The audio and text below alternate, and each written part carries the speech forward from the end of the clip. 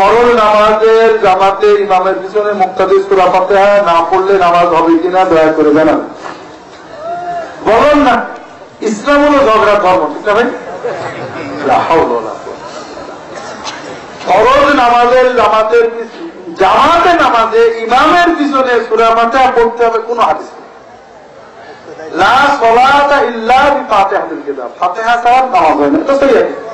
কিন্তু ইমামের পিছনে ফাতিহা ছাড়া নামাজ হয় না, কোন হাদিস নেই। একটা হাদিস আছে, এটা জাল। শেখ নাসিরউদ্দিন আলবানী শেখ সাহেবুল হাদিস জয়ীফাতে লিখেছে। কথাটা হলো সূরা ফাতিহা লাগবে, ইমামের পিছনে লাগবে না লাগবে না এটা নিয়ে হাদিস দুই রকম আছে, সাহাবীদের থেকে দুই মত আছে। খুব স্পষ্ট হাদিস, মান কানা লাহু ইমামুন ফাকিরাআতুল ইমামি লাহু কিরাআ, কারণ ইমাম থাকলে ইমামের কিরাআতে তার কিরাআত হয়ে যাবে, এটা সহিহ হাদিস। হাসান বলেছেন শেখ আলবানী। সহিহ মুসলিম, ইমাম মুসলিম সহিহ বলেছেন, ইন্নামা জুআলাল ইমামু লিয়ুতাম্মা বিহি ফাইযা কাব্বারা ফাকাব্বিরু ওয়া ইযা ক্বারাআ ফাআনসিতু।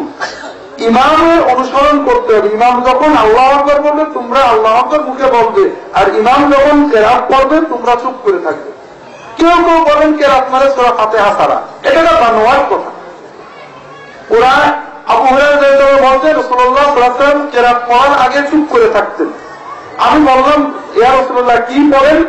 তিনি বললেন যে এই সময় আমি সানা পড়ি, আল্লাহুম্মা বা'id বাইনি ওয়া বাইনা খাতায়া, একটা সানার কথা বলেছেন।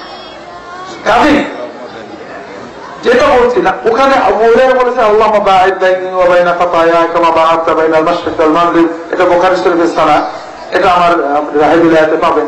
যেটা বলছিলাম ভাইরা, তাহলে এগুলো সূরা ফাতিহা না পড়ার পক্ষে সহিহ হাদিস, পড়ার পক্ষে সহিহ হাদিস আছে। তবে সহিহ সবচেয়ে সুন্দর মত যেটা সকল হাদিসকে সমন্বয় করে, শেখ নাসিরউদ্দিন আলবানী এটাকে সহিহ বলেছেন। আমাদের হানাফিদের ভিতরে আল্লামা শামসুল হক ফরিদপুরি রাহমাতুল্লাহ সহিহ বলেছেন, সেটা হলো সেহরি নামাজে যোহরে আসরে সূরা ফাতিহা পড়বেন, অন্য সূরা পড়বেন, চুপ জায়গায় বল জানো। আর যেগুলোতে ইমামের কিরাত শোনা যায় পড়বেন না। ইমাম বুখারী মুসলিম হাদিস এনেছেন, শেখ আলবানী হাদিস এনেছেন। এই হাদিসে রাসূলুল্লাহ সাল্লাল্লাহু আলাইহি ওয়াসাল্লাম জাহরি নামাজে ইমামের পিছনে কিরাত পড়তে নিষেধ করেছেন।